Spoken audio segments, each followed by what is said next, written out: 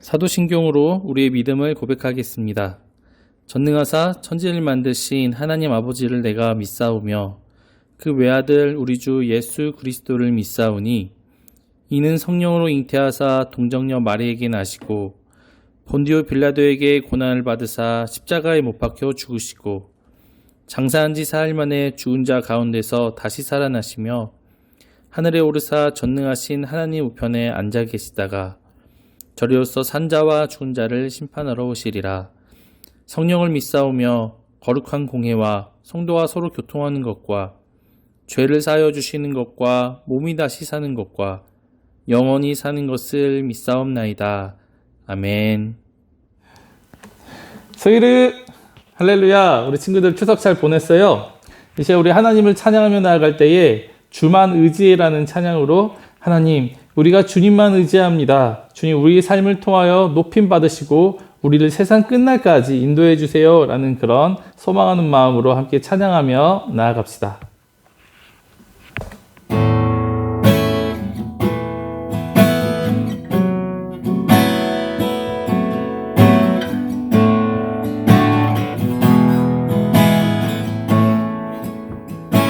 함께 찬양합시다. 의지했던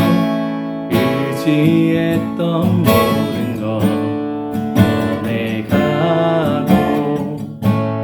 억울한 마음은 거져가네. 부끄럼 없이 살고 싶지만 주님 하시네.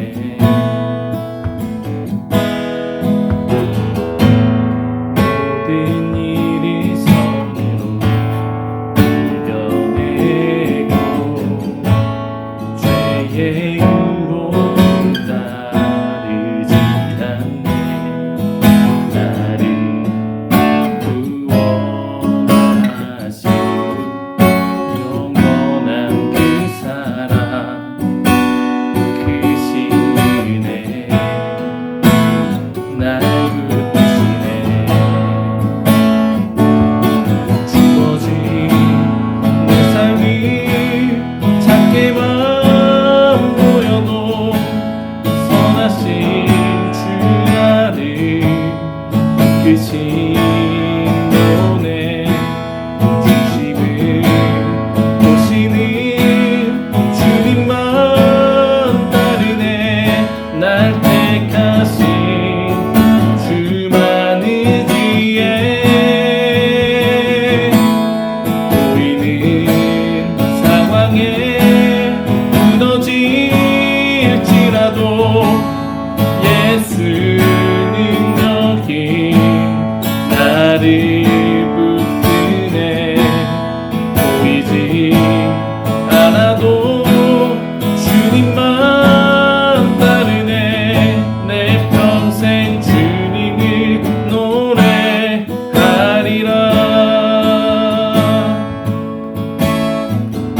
다시 한번 찬양합시다. 의지했던 모든 것 변해가고 억울한 마음을 거둬가네.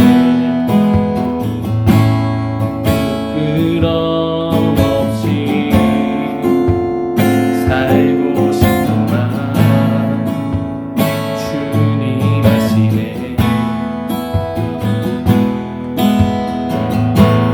모든 일이 선으로 이겨내고 죄의 유혹을 따르지 않네. 나를 구원하신 영원한 그 사랑 크신 은혜 날 붙드시네. 지워진 내 삶이 작게만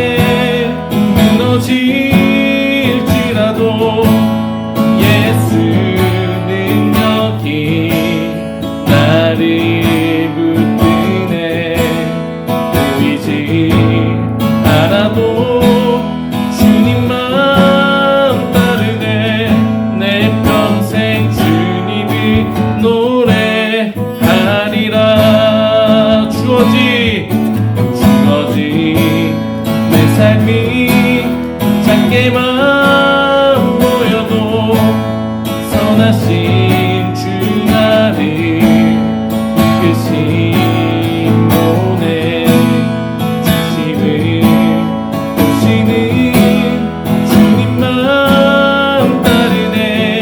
날 택하신 주만 의지해. 보이는 상황에 무너질지라도 예수는 너희 나를 붙드네. 보이지 않아도 주님만 따르네.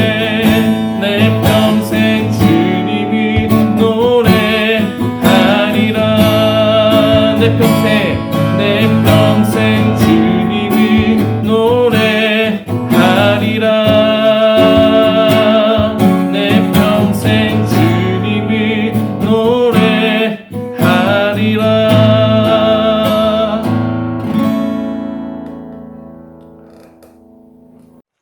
사랑하는 하나님 아버지, 코로나 속에서 예배를 잘 드릴 수 있게 해주셔서 감사합니다. 아직 교회에 가서 예배를 드리지는 못하지만 온라인 예배로도 은혜를 받을 수 있게 도와주세요. 목사님이 설교하실 때도 집중해서 예배를 듣고 예배를 마치고 나서도 하나님이 알려주신 말씀대로 살아갈 수 있게 인도해 주세요. 저희가 힘들거나 어려운 일이 있을 때도 예수님만 찾을 수 있게 도와주세요. 감사드리며 살아계신 예수님 이름으로 기도드립니다. 아멘. 다니엘이 이 조서에 왕의 도장에 찍힌 것을 알고도 자기 집에 돌아가서는 윗방에 올라가 예루살렘으로 향한 창문을 열고 전에 하던 대로 하루 3번씩 무릎을 꿇고 기도하며 그의 하나님께 감사하였더라.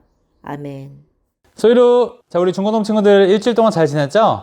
우리 온라인 수련회 이후에 어떻게 지냈는지 다들 궁금하네요. 받은 은혜들 잘 기억하고 또 은혜대로 그렇게 살아가고 있을 줄 믿습니다. 우리 날마다 하나님 말씀 따라 또 기도하면서 그렇게 살아가는 우리 중고등부 친구들 되기를 주님의 이름으로 축복합니다. 다들 추석 어떻게 지냈는지 궁금해요. 추석날 코로나 때문에 어디 멀리도 다들 못 갔을 텐데 그래도 우리 가족들과 또 좋은 시간들 보냈을 줄 믿습니다. 우리 추석 연휴 지나면서 더 건강하고 더 즐겁고 또 더 은혜 넘치는 우리 중고등부 친구들 되기를 간절히 소망합니다. 자, 오늘 말씀 같이 한번 나눠보길 소망해요. 여러분, 이런 인생 격언 들어본 적 혹시 있나요? 습관은 버릇을 만들고 버릇은 성격을 만들고 그리고 성격은 인생을 만든다라는 이 인생 격언이 있어요. 여러분도 혹시 이런 말 한번 들어보셨을 줄 알아요. 그만큼 사람의 인생에 있어서는 이 작은 습관, 이 습관이라는 게 참 중요하다라는 말이에요. 많은 우리 삶에 연륜이 있는 우리 선배님들 그리고 우리 조상님들로부터 내려오는 지혜도 그렇고 많은 사람들이 입을 모아 이야기합니다. 작은 습관이 우리의 인생을 만든다라는 이야기를 많이 해요. 여러분 어떤 습관을 가지고 있는지 궁금해요. 말씀을 나눌 우리 다니엘이라는 이 사람도 좋은 습관이 있었습니다. 다니엘이 가진 습관은 하나님께 기도하는 습관이었어요. 다니엘이 어려움에 처할 때마다 하나님을 찾을 줄 아는 그런 습관, 그리고 날마다 감사할 줄 아는 그런 습관, 그리고 기도할 줄 아는 습관, 하나님께 예배 드릴 줄 아는 그런 좋은 습관을 가진 다니엘이었습니다. 전 어떻게 보면 신앙이 정말 훌륭했던 다니엘이었던 것 같아요. 그런데 이렇게 신앙이 훌륭하고 신앙이 너무나 좋았던 이 다니엘에게도 힘든 고난이 찾아왔으니 바로 오늘 본문에 나오는 정말 어마어마한 고난이 찾아오게 됩니다. 다니엘이 사자굴에 던져질 위기에 처하고 마는 거예요. 왜 다니엘이 이런 위기에 처했을까요? 오늘 함께 읽지 않았지만 다니엘 6장 앞에를 보니까 다리오 시대 때 다니엘이 이제 나이가 들어서 하나님 주신 지혜로 나라를 잘 다스리는 총리가 되고 맙니다. 다리오 밑에 3명의 총리가 있었는데 그중 한 사람이 다니엘이 돼요. 다니엘은 바벨론 출신 사람이 아니라 이스라엘에서 넘어온 바벨론 출신이 아닌 그런 이스라엘에서 나부랭이로 여길 수 있는 사람이에요. 다니엘이 총리로 다스리던 시절에 바벨론에서 뭐 근본도 없는 이스라엘 나부랭이가 갑자기 자기들보다 더 높은 위치에서 나라를 다스리기 시작하니까 같은 자리에 있던 뭐 총리 그리고 고관들 높은 자리에 있던 사람들이 다니엘을 시기하고 질투하기 시작합니다. 그래서 고민했어요. 어떻게 하면 이 다니엘을 조금 저 자리에서 끌어내릴 수 있을까? 저 근본도 없는 놈. 당장 끌어내리고 싶어. 이 생각을 품게 됩니다. 그래서 다니엘을 흠잡으려고 살펴보기 시작하죠. 어디 보자. 다니엘을 어떻게 흠잡아서 왕에게 또 밑보여가지고 끌어내릴까 고민을 하게 됩니다. 그런데 다니엘의 어느 부분을 찾아봐도 다니엘의 흠을 잡을 만한 근거가 단 1도 없는 거예요. 다니엘의 언행이 얼마나 올곧았던지 그의 말과 행동에 있어서는 전혀 흠잡을 것이 하나도 없었어요. 흠잡을 거라고는 그가 믿는 하나님에 대한 이 신앙, 하나님의 율법을 지키는 것에 대한 이 흠밖에는 찾아볼 수가 없었어요. 6장 4절에서 5절 보니까 이렇게 말씀하고 있습니다. 이에 총리들과 고관들이 국사에 대하여 다니엘을 고발할 근거를 찾고자 하였으나 아무 근거, 아무 허물도 찾지 못하였으니 이는 그가 충성되어 아무 그릇됨도 없고 아무 허물도 없음이었더라. 그들이 이르되 이 다니엘은 그 하나님의 율법에서 근거를 찾지 못하면 그를 고발할 수 없으리라 하고. 아멘. 그들은 하나님을 믿는 이 다니엘을 하나님을 믿는 이 신앙에 있어서 뭔가 발목을 건드려서 넘어뜨리려고 했어요.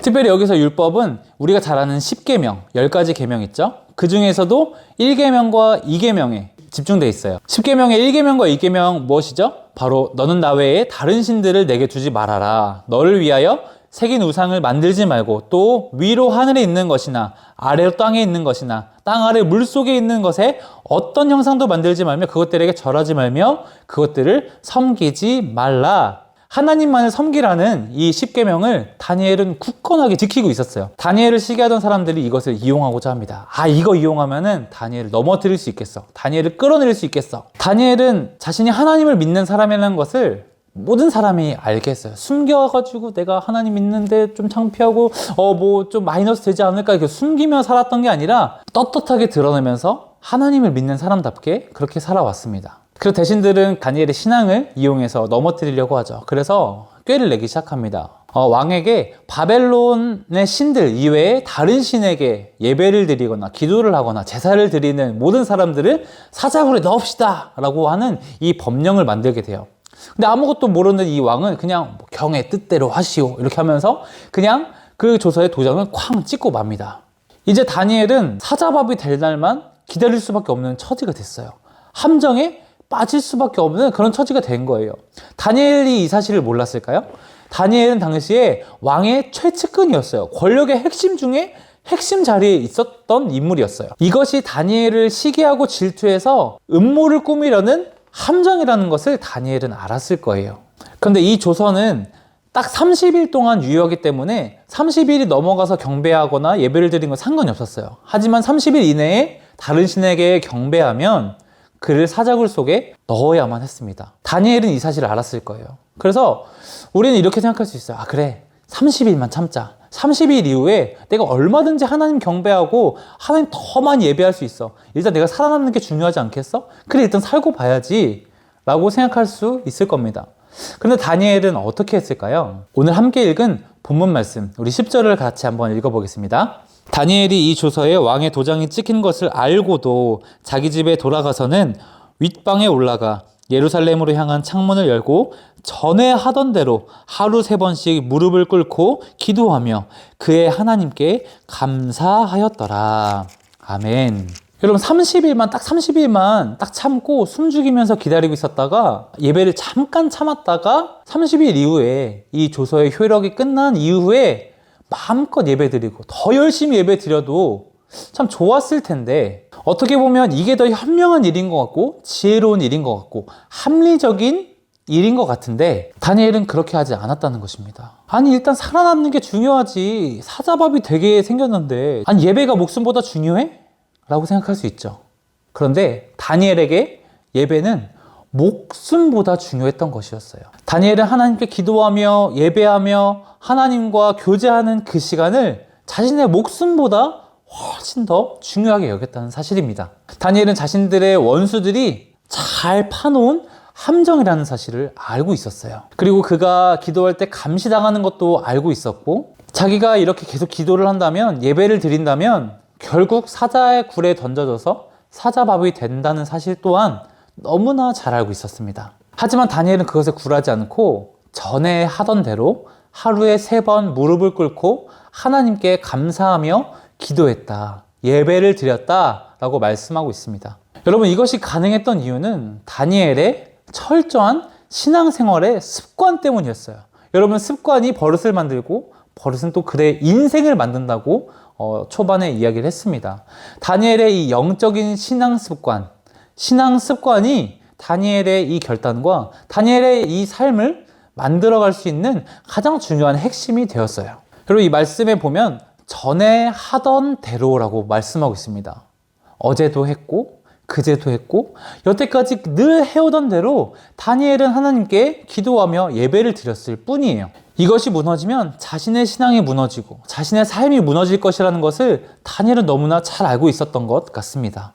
오늘 본문의 다니엘의 나이를 우리 성서학자들이 추정을 해보니까, 연구를 해보니까 대략 82세 정도로 추정할 수 있다고 합니다. 그런데 다니엘이 처음 바벨론의 포로로 끌려올 때 당시 나이가 몇 살인지 아세요? 우리 다니엘 1장 처음 끌려올 때 다니엘의 나이가 바로 약 16살이었다고 해요.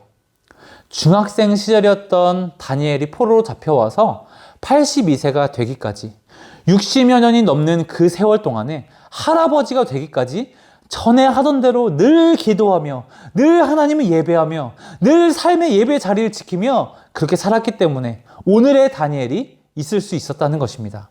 여러분, 바벨론 그 문화를 한번 생각해 보세요. 밖에서는 찬양의 소리가 들리는 것이 아니라 우상을 섬기는 소리가 가득하고 어느 곳 하나 자신처럼 하나님을 섬기는 사람을 찾아볼 수가 없고, 주변에서는 하나님만 섬기면 뭐라 하고 죽이려고 하고 바벨론 신 섬겨라 이름도 바꾸고 언어도 바꾸고 문화도 바꿔버리는 그런 상황 속에 살고 있습니다. 그 속에서 하나님을 믿는 그 신앙을 지켜내기가 얼마나 힘들었을까요? 목사님이 저번에 말레이시아 선교를 갔습니다. 그곳은 이슬람을 믿는 이슬람 교회였어요. 근데 시간이 되니까 마을 방송이 나오는 거예요. 그런데 마을 방송에서 왜 하면서 막 기도문이 쏟아져 나오는 거예요. 그러니까 이슬람 경전 그리고 이슬람 기도문들이 막 시간만 되면 하루에 3-4번씩 나오는 거예요. 다니엘은 그보다 더한 상황 속에서 하나님을 믿는 신앙을 지켜나갔습니다. 그의 영적인 신앙 습관이 그렇게 살아갈 수 있도록 만든 거였어요. 다니엘은 기도하기를 멈추지 않았습니다. 하나님의 말씀 보기를 멈추지 않았고요. 하나님의 사람답게 살아가기를 잠시도 멈추지 않고 전에 하던 대로 그렇게 살아갔던 다니엘이었습니다. 여러분은 어떤 영적인 신앙 습관을 가지고 있나요? 여러분, 하루에 기도를 얼마나 하고 있나요? 기도하는 습관이 있으신가요? 말씀을 보는 습관이 있으신가요? 예배를 드리던 우리의 습관이 혹시 무너지진 않나요?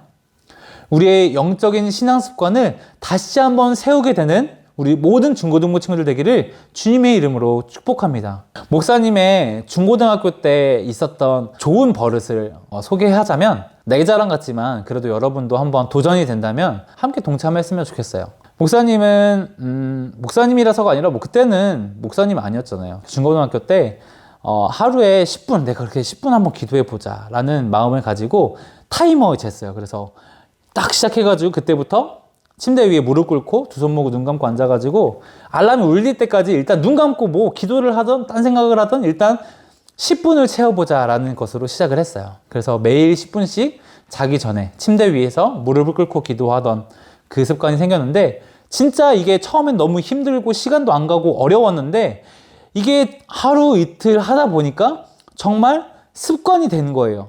정말 놀라웠던 게, 그냥 너무 졸려가지고 하루는 너무 졸려서 그냥 침대에서 자려고 했는데 나도 모르게 그냥 침대 위에 무릎이 꿇어져서 그냥 기도 자세로 되는, 이것이 바로 습관인 것입니다. 이 기도의 습관이 목사님에게 얼마나 유익이 되고 얼마나 영적인 유익이 됐는지 몰라요. 우리 친구들에게도 좋은 영적인 신앙 습관이 있을 줄을 압니다. 혹시 없는 친구들은 하루에 10분 기도하는 것으로 한번 시작해 봤으면 좋겠어요.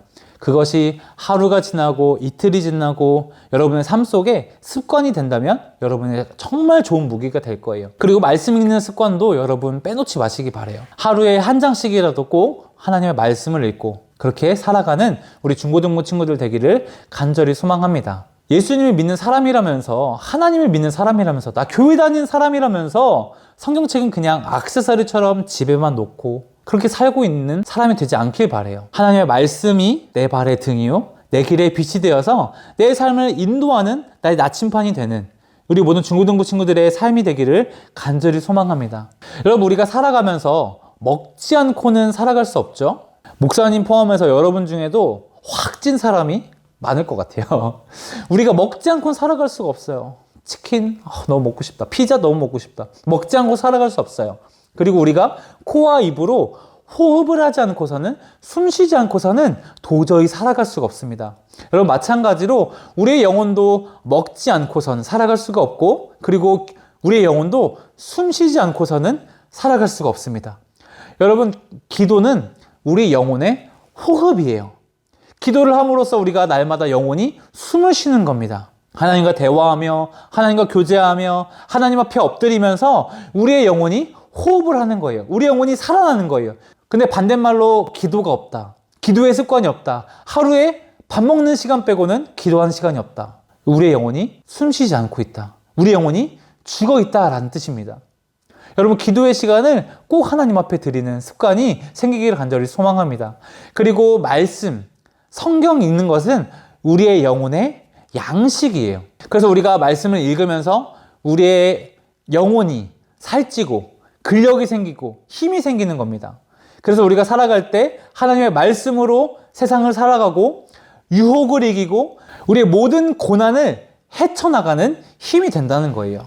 이 말씀과 기도의 영적인 습관들이 우리 모든 중고등부 친구들 삶 깊숙한 가운데, 그리고 삶 한복판 가운데 굳건하게 세워지기를 주님의 이름으로 축복합니다. 그래서 여러분, 미루지 말고 오늘부터, 그래, 내가 지금 이 시간부터, 이 예배를 마치고부터 내가 잠깐 기도하겠다, 묵상하는 기도를 가지고 또 말씀을 읽어나가는 그런 결단이 여러분에게 지금 이 시간 임하기를 간절히 소망합니다.